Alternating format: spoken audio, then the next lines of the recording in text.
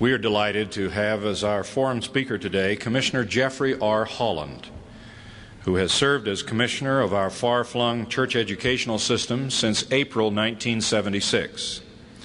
His responsibilities include the supervision of Brigham Young University, BYU Hawaii Campus, Ricks College, LDS Business College, the church's primary and secondary schools in Mexico, South America, and the Pacific Basin, and the church's far-flung seminary and institute system, which now operates in 60 countries and territories, including 10,000 seminaries worldwide and 454 institutes in the United States.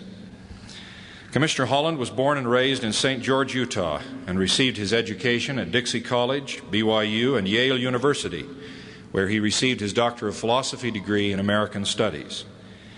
Despite his comparative youth, the Commissioner is still in his 30s, he has received ideal experiences to suit him for the important position he now holds. He has been a teacher and a dean of religious instruction at BYU, an institute teacher and director of an LDS institute, a missionary to Great Britain, director of Melchizedek Priesthood MIA for the church, a bishop, a high counselor, and a member of 2 different stake presidencies. Commissioner Holland is loved and respected by the First Presidency and the general authorities of the church, by his fellow workers, and by the tens of thousands of students who have been influenced by his life and teachings. He is a very popular speaker who combines a brilliant intellect with a mastery of the language and an infectious spirit that always lifts and inspires while it informs.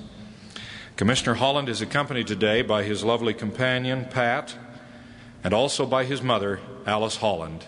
They are seated beside him on the stand. We welcome them both most warmly. Jeffrey and Pat Holland are the parents of 3 children. We welcome you back to BYU, Dr. Holland, Commissioner Holland, Jeff. We're looking forward to your Mirror, Mirror on the Wall, a look at the me decade. Commissioner Holland.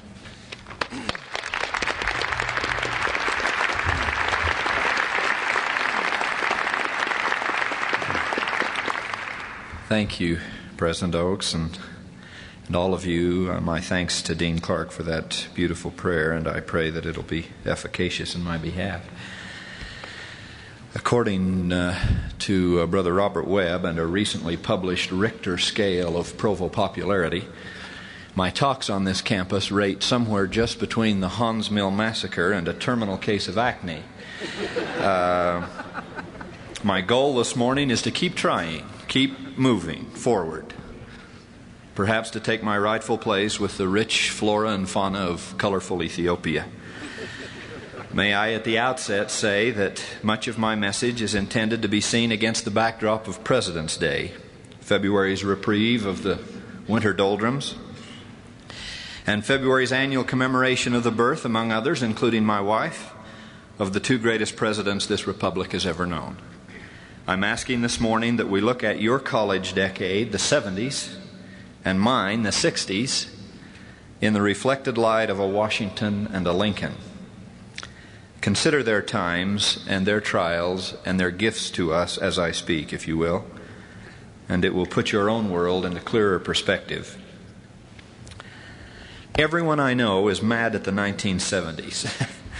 One commentator recently said if he had the chance, he would promptly bid goodbye to the 70s. A year too early, he thought, but not a moment too soon. I presume, with 1 year remaining in its contract, that 1979 would be traded to the 1980s for a fixed sum plus 6 months of another year to be named in a later round of the draft. Of course, culture and history do not actually happen in decades, but we find it convenient to talk about them that way. Your parents like to speak of the 20s, you know, the Charleston. And some of you like to talk of the 50s, you know, the Fonz. And thus the 70s, full, some say, of forgettable faces, books no one could read, movies no one wanted to sit through. It has been suggested that the nicest thing which might be said of these last 10 years is that they were sort of factory seconds, the temporal equivalent of the Edsel. A country A country which once thought it could rule the world now despairs of governing New York City. Has there indeed been some souring of the national soul? Professor Kenneth Colson laments, and I quote, "In this decade, an epidemic of cynicism has spread through the country, contaminating our national institutions and the reservoir of goodwill built up among Americans over the centuries. Now Main Street, USA has been rendered the moral equivalent of Pompeii. Americans no longer revere the presidency. They believe that every interest is represented in Congress but the public interest. They even have little faith in the justices of the Supreme Court. In 1964, 78% of a national sample said that the government in Washington can be trusted to do what is right always or most of the time. By 1974, the year of Watergate, this figure had shriveled to 36%. Similarly, the percentage of those answering that the government is run for the benefit of all the people, as opposed to being controlled by a few big selfish interests, declined from 64% to 25% in that same 10-year period. Furthermore, the erosion of public trust and confidence is not confined to the realm of government. Family, schools, business, professions, all seem to be experiencing serious credibility crises. Tom Sawyer has grown up, and there in the mirror stands Charles Manson." Close quote. Well, come now. Tell me what can be wrong with a decade that has brought you Jaws, Roots, Clones, Shake and Bake, Mork and Mindy, King Kong. You remember him, the big fellow with the raccoon coat. Swine flu, R2-D2, frozen yogurt. That kind of decade can't be all bad. Part of the dilemma over the 70s stems from the 60s. That's my college decade, as every dilemma in life always stems from some other. It was reported recently that a group of governmental advisors meeting in the White House to discuss inflation, Iran, Taiwan, the Middle East, public transportation, and national health, in that order, expressed some longing for the benign 1960s. Benign 1960s. I was there, folks, and it was not benign. If the 1970s fear a souring of the national soul, the 1960s saw a brutal ransacking of it, in which presidents were assassinated, cities were gutted by flame, college campuses became battlegrounds, and American boys fought in a war more confusing than any since father faced son across the Mason-Dixon line. Protestations of love and freedom by the flower children of my college generation relapsed all too quickly into bloody rage and the enslavement of drugs and degeneracy. As Professor Colson has noted, the 60s asserted that every child is entitled to a free lunch. The 70s concede the worthiness of the goal, but rediscover there is no such thing as a free lunch, hot or cold. The 60s urged women to put down their brooms and take up their banners. The 70s are once again asking if before counting the profit, we've counted the cost. The 60s adjusted educational standards to ensure that no student would ever fail to meet them. The 70s stand stunned at the spectacle of high school graduates who cannot read with any facility or write a coherent sentence. The 60s saw California legislators award a $10,000 grant for a choral group to serenade whales, and it funded community college courses in voodoo. The 70s saw California pass Proposition 13. The 60s said bigots were people who discriminated on the basis of race. The 70s see bigots who discriminate for almost any reason. The 60s nourished the Department of Health, Education, and Welfare, those warm friends of BYU with the kamikaze instinct, who want to fly down the tube of the Y smokestack in what one writer has called the Swedenization of America. The 70s, pondering the condition of HEW in this year of its silver jubilee, wonders how it has come to pass that this department, which employed 35,000 people in 1954, now pays the salary of 1,444,000 people and spends $500 million every 24 hours. As Everett Dirksen used to say, a billion here, a billion there, before you know it, it adds up to real money.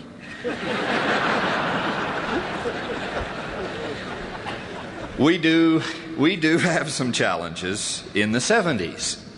But for all of this, I do not think we are seeing a moral Pompeii or even a Sahara of the Spirit in our day. Public opinion surveys seem to consistently show that Americans, rather than being alienated from their national institutions, are simply disgusted with their standards of performance and are going to demand more of them. I think the national soul has not soured, but people are generally unwilling to buy any more lemons. The ultimate result should be an improvement in public trust and confidence, not an erosion of it. I wish to make a distinction here between cynicism and concern. I have concerns about our day, a major one of which I wish to discuss with you in some detail. But I am not cynical, and I ask you not to be. I do not believe that all human conduct is self-serving, and that all noble-sounding explanations are contrived and only mask the depravity of human motives. Cynicism is an intellectual cop-out, a crutch for a withered soul. It's a thin excuse for inaction and retreating commitment. Don't become cynical about government or education or civic affairs or religion or the human race or the time in which you live. Do, on the other hand, be appropriately concerned and actively involved. We will always need responsible, reputable, reasonable social critics who will help in mapping the terrain and marking the pitfalls. But we do not need what Elder Gordon B. Hinckley once described on this campus as pickle suckers. Those studied in the sour vinegar of invective and anger. That's his line. May I quote from Elder Hinckley at a BYU devotional? The tragedy of the pickle sucker is that this spirit is epidemic. To hear tell these days, there is nowhere a man of integrity among those holding political office. In many instances, this spirit has become the very atmosphere of university campuses. The snide remark, the sarcastic jibe, the cutting down of associates, these too often are the essence of our conversation. In our homes, wives weep and children finally give up under the barrage of criticism leveled by husbands and fathers. Criticism is the forerunner of divorce. It is the cultivator of rebellion. It is surely a catalyst that leads to failure. Even in the church, it sows the seeds of inactivity and finally apostasy.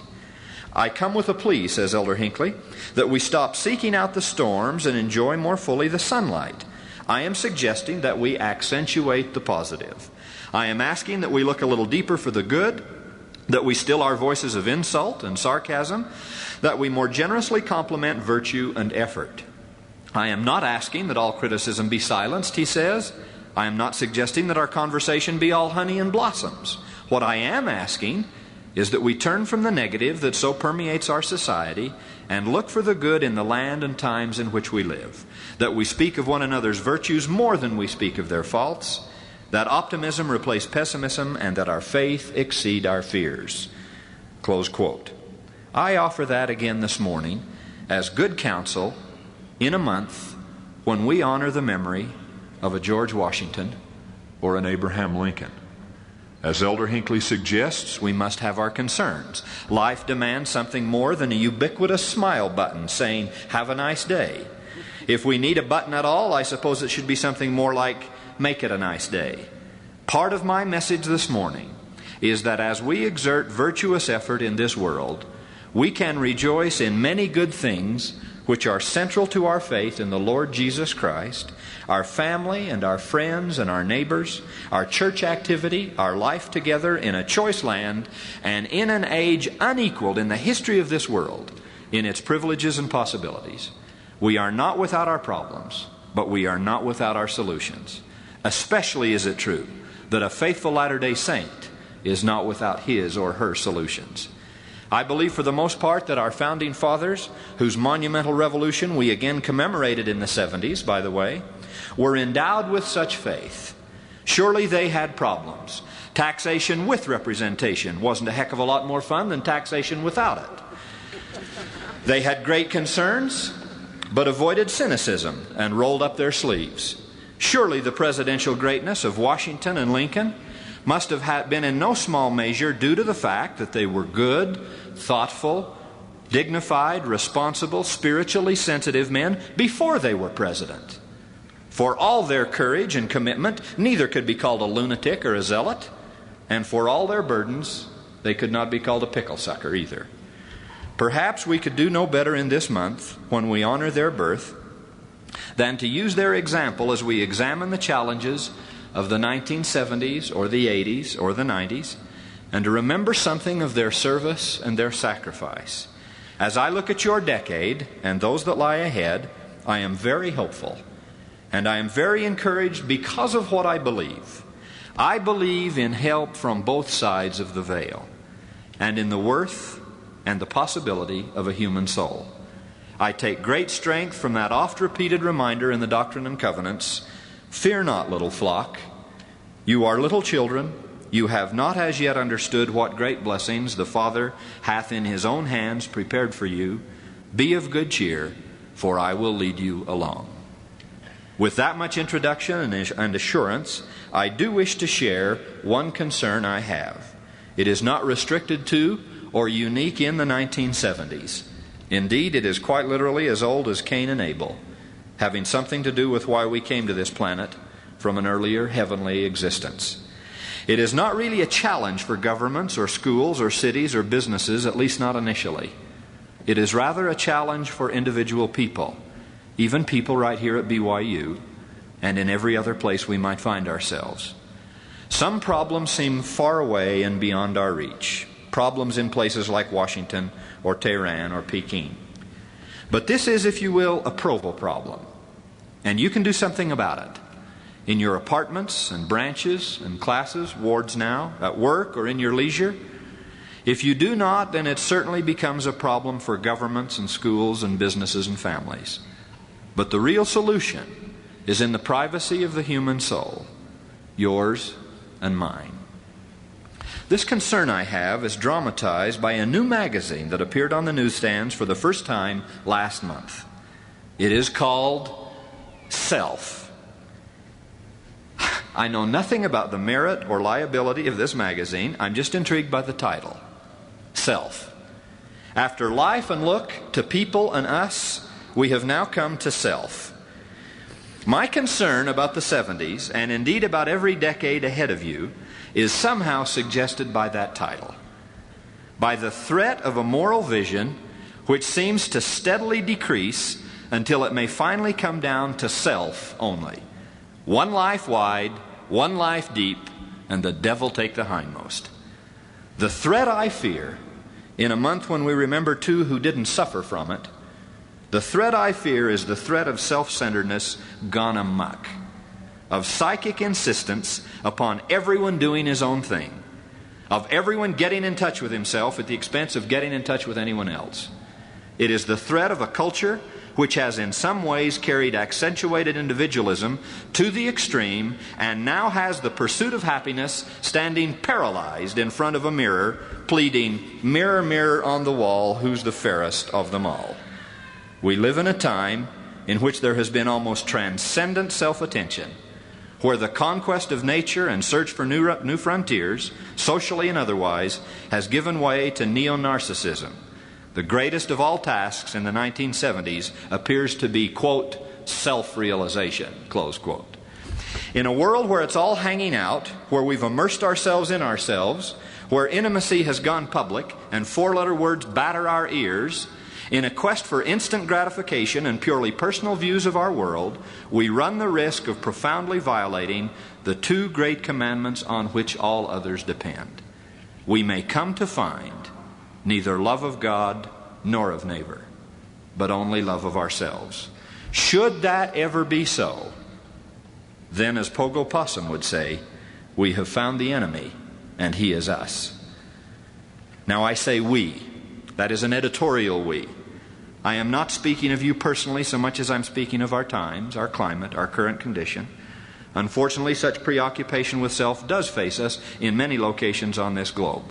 You will know from the Daily Universe and a poster or two in President Oak's introductory remarks that I have titled this forum address, "Mirror, Mirror on the Wall, a Look at the Me Decade." That phrase, the me decade, was coined for the 1970s by Tom Wolfe, whose strongest recommendation towards decency is that he was a fellow graduate student in American Studies at Yale. While I do not agree with Mr. Wolfe's entire thesis, I would nevertheless like to appropriate his title for our purposes this morning, for LDS purposes, if you will, and apply them to our life here at BYU. I repeat that what I am concerned about is no more linked to the 70s than it was to the 30s or the 90s, though it may be a little more visible at some times than others. It is first and foremost a matter of spirit, and only incidentally a matter of society. The principles involved are as old as the gospel is old, and the future is as bright as every new and everlasting covenant is always bright. Let me briefly suggest how I think we got where we are. It has been in our time, yours and mine, inflation notwithstanding, that we have seen some significant realization of at least 4 centuries of utopian dreams.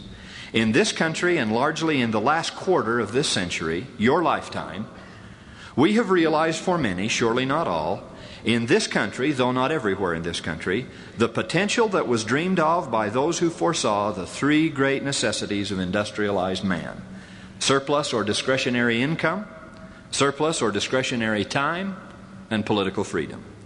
From the end of World War II to the 1960s, this common man had just about arrived.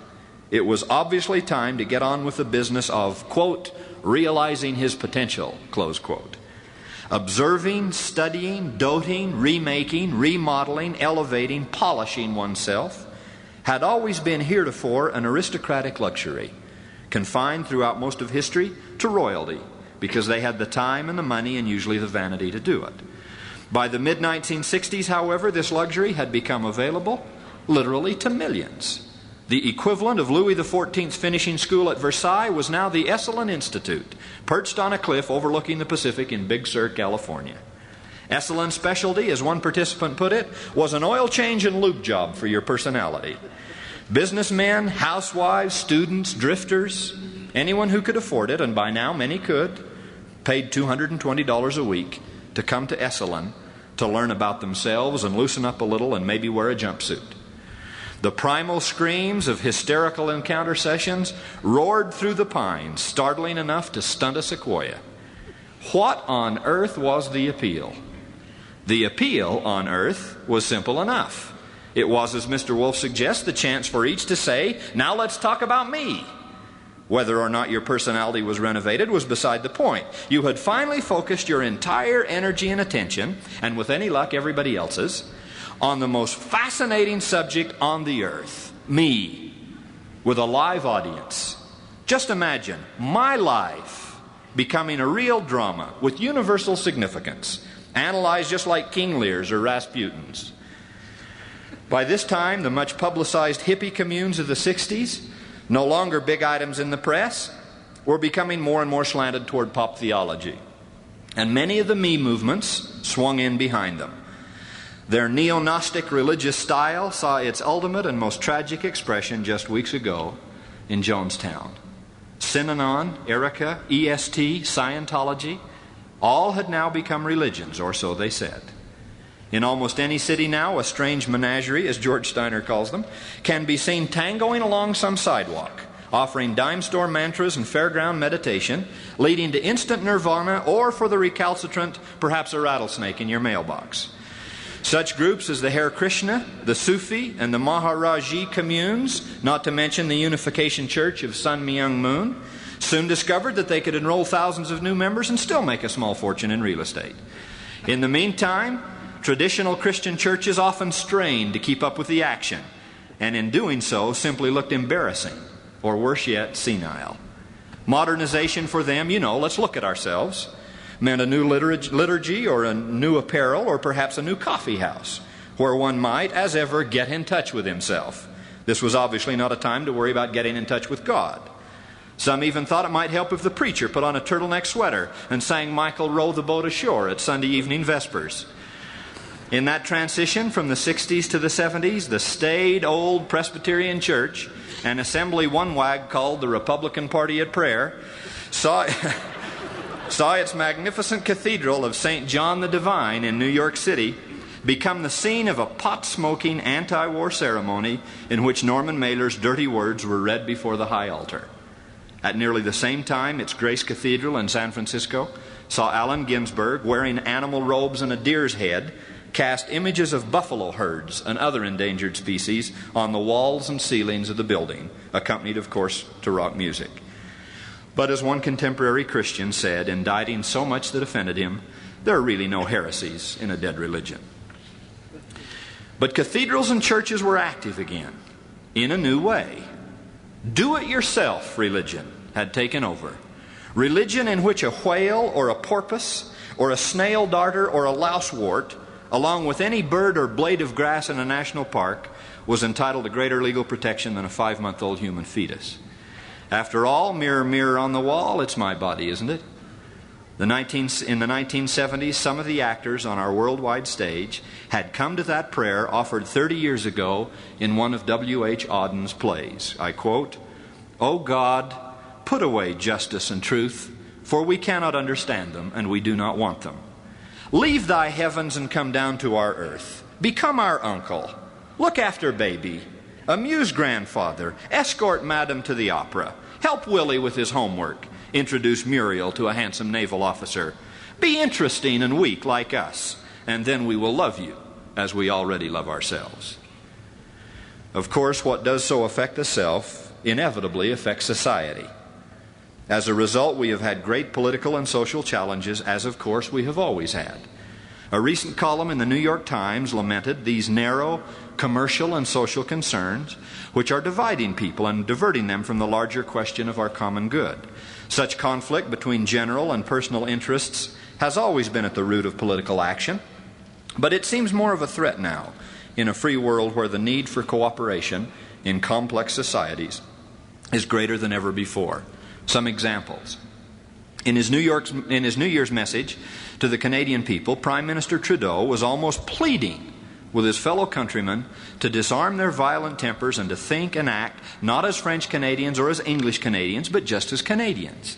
Scarcely days later, René Lévesque was in Washington proclaiming the virtues of violent separation and getting a good hand from the National Press Club. At the same time, President Carter, concluding that inflation was the main threat to the Commonwealth, brought in what he called a lean and austere budget of more than $500 billion, and ever since has been under attack from minorities and labor for abandoning the poor, and from big business and special interests for paying too much attention to the poor. The success of purely voluntary wage and price controls surely remains to be seen. The mayor of New York City, in his State of the City message, asked for an end to factionalism and the harmful rhetoric of confrontation. The response was a recall petition to throw him out of office. Even in Britain, the land of my mission, the scene of my spiritual birth, the home of team play and democratic responsibility, there is such a maze of strikes and disputes now on that no computer can, as the British would say, keep a proper tally. That only reflects the terror and chaos of other locations, particularly Italy, the Middle East, and now especially Iran. May I quote from the Times article? What is it that has brought on this self-centered contempt for authority? It is partly the misuse of authority in the past. Imperial presidencies leading to imperial congresses and parliaments, greatly influenced by powerful business and labor and racial factions. Beyond this, however, it is also a general feeling among the general public of being overwhelmed by the complexity of modern problems. In short, there is now a tendency to consciously work within factions for limited and often very selfish ends. One hears the same refrain over the wide range of free countries today. Everybody is out for himself. Why shouldn't I do the same? Close quote. Part of this chaos is due to what our colleague Bruce Hafen calls the almost endless talk about personal liberty and self-fulfillment. It is in the air. There are rights movements everywhere. Now, it's hard in the apple pie tradition to be against rights. But consider this comment from Alexander Solzhenitsyn. Destructive and irresponsible freedom has been granted boundless space in the free world. Now remember, this is from one who knows a good deal about loss and lack of freedom. Destructive and irresponsible freedom has been granted boundless space in the free world. Western society appears to have little defense against human decadence, such as the misuse of liberty for moral violence against young people, where motion pictures and televisions and magazines are full of pornography, crime, and horror. This is considered to be a part of freedom, and theoretically counterbalanced by the young person's right not to look or not to accept. But they do look, and they are accepting. And life, organized so legalistically, has thus shown its inability to defend itself against the corrosion of evil. It is time in the West to defend not so much human rights as human obligations. It is time in the West to defend not so much human rights as human obligations. In early democracies, continuing Solzhenitsyn's quote, in early democracies, as in American democracy at the time of its birth, those human rights were granted because man was God's creature. That is, freedom was given to the individual conditionally, on the assumption of his constant religious responsibility. Such was the heritage of the preceding 2,000 years. 200 years ago, 50 years ago, it would have seemed quite impossible in America that an individual would be granted boundless freedom simply for the satisfaction of his basest instincts and whims. Subsequently, however, all such limitations were discarded. A total liberation occurred from the moral heritage of Christian centuries with their great reserves of mercy and sacrifice. Meanwhile, state systems were becoming increasingly materialistic. The West ended up by enforcing human rights, sometimes even excessively, while man's sense of responsibility to God and society grew dimmer and dimmer. In the past few decades, the legalistic, selfish aspect of Western thinking has reached its apogee, and the world is now in a harsh spiritual crisis and a political impasse. All the glorified technological achievements of progress, including the conquest of outer space, do not redeem the 20th century's moral poverty, which no one could have imagined even as late as the 19th century. Man's task now is of a spiritual nature. No one on earth has any way left but upward. Close quote. Well, one of the first gifts we receive in this world to help us upward is a family. It is obvious that marriage and family are designed to be two of the most basic opportunities in this world where these barriers of selfishness and self-centeredness and moral poverty may be overcome.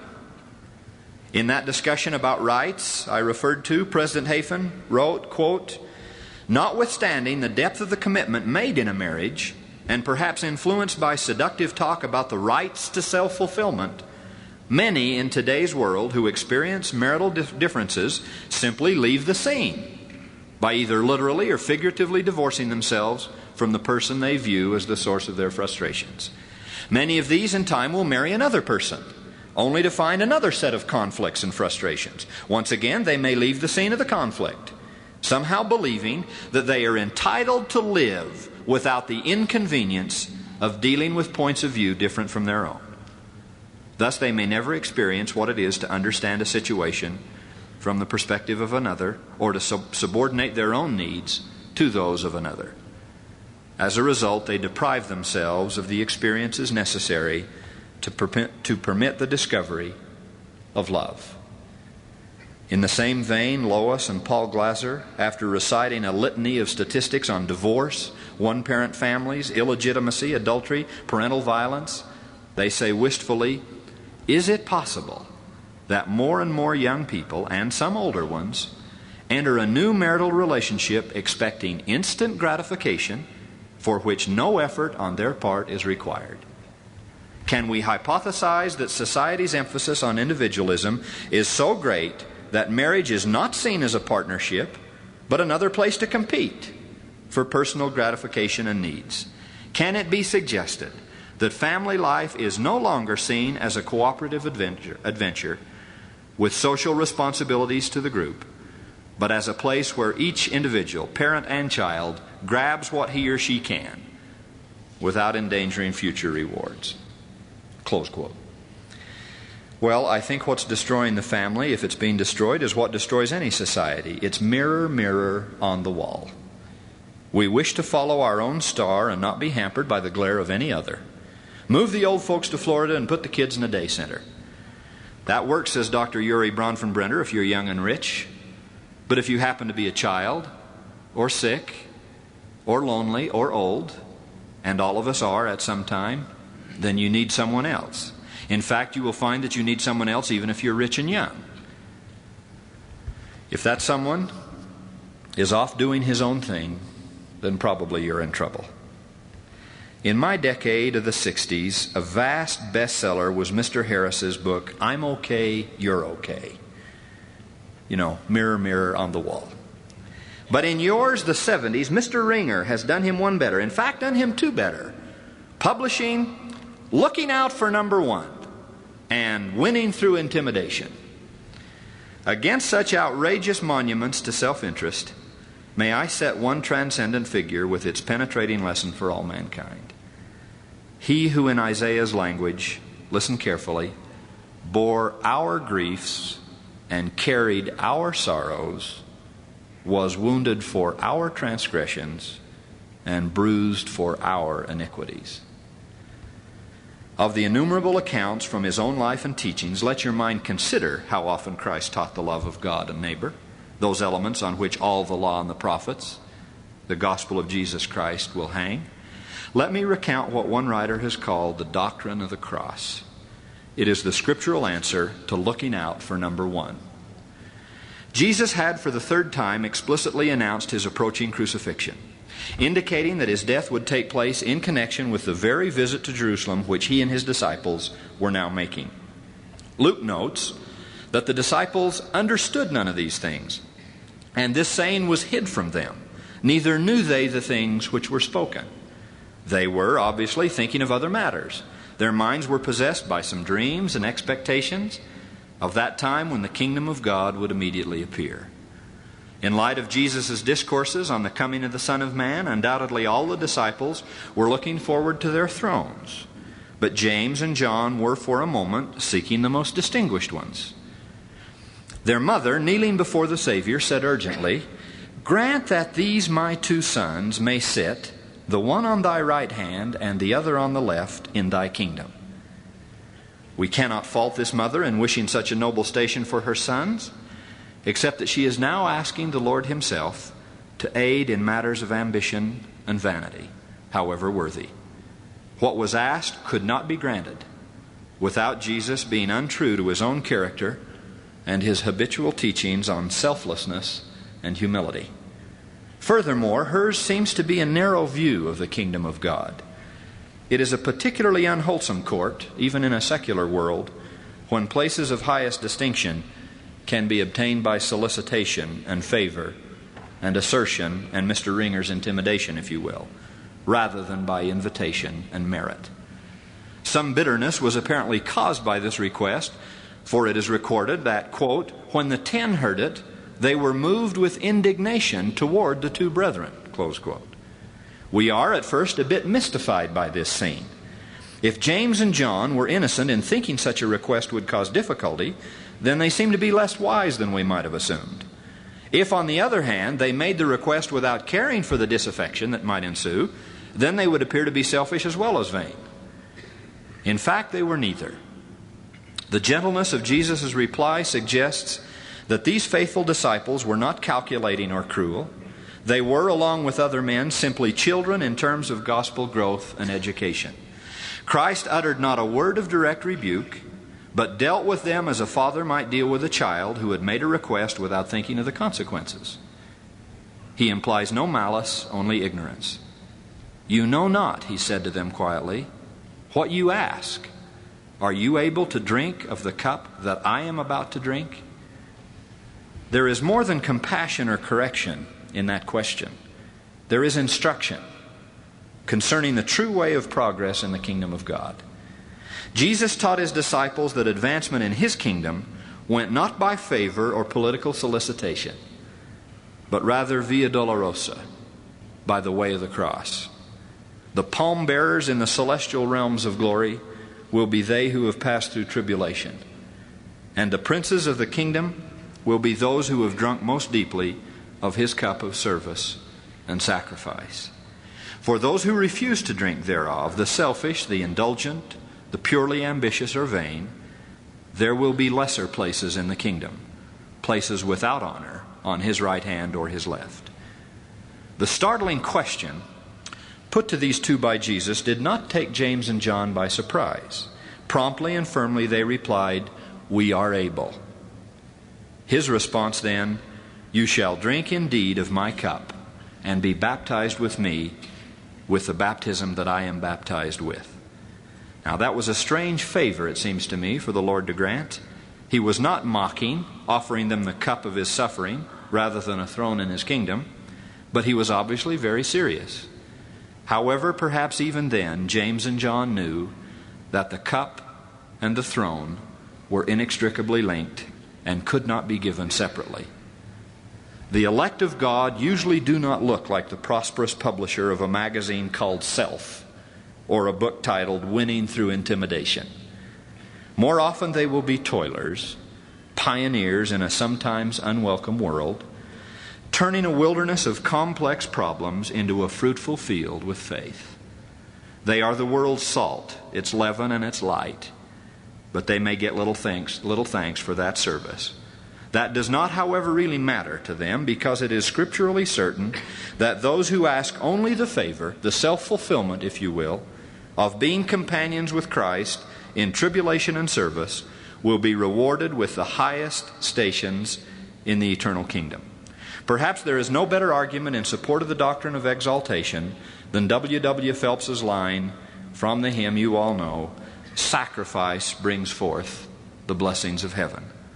If crosses would let us alone, I suppose we would let them alone.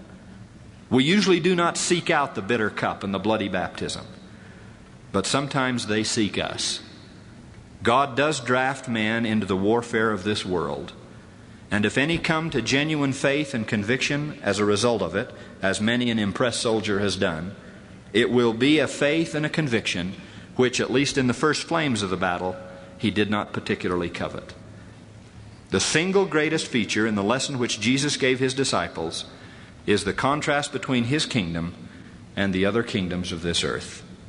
Both the way of acquiring position and the means of exerting authority were dramatically different. His message to them is that earthly kingdoms were then being ruled by a class of people who possessed hereditary rank, or those who sought favors from them that did. The governing class were those whose birthright it was to rule, and whose boast it was never to have been in a servile position. In his kingdom, on the other hand, a man could only become great, a ruler if you will, by first being the servant to those over whom he is to bear rule.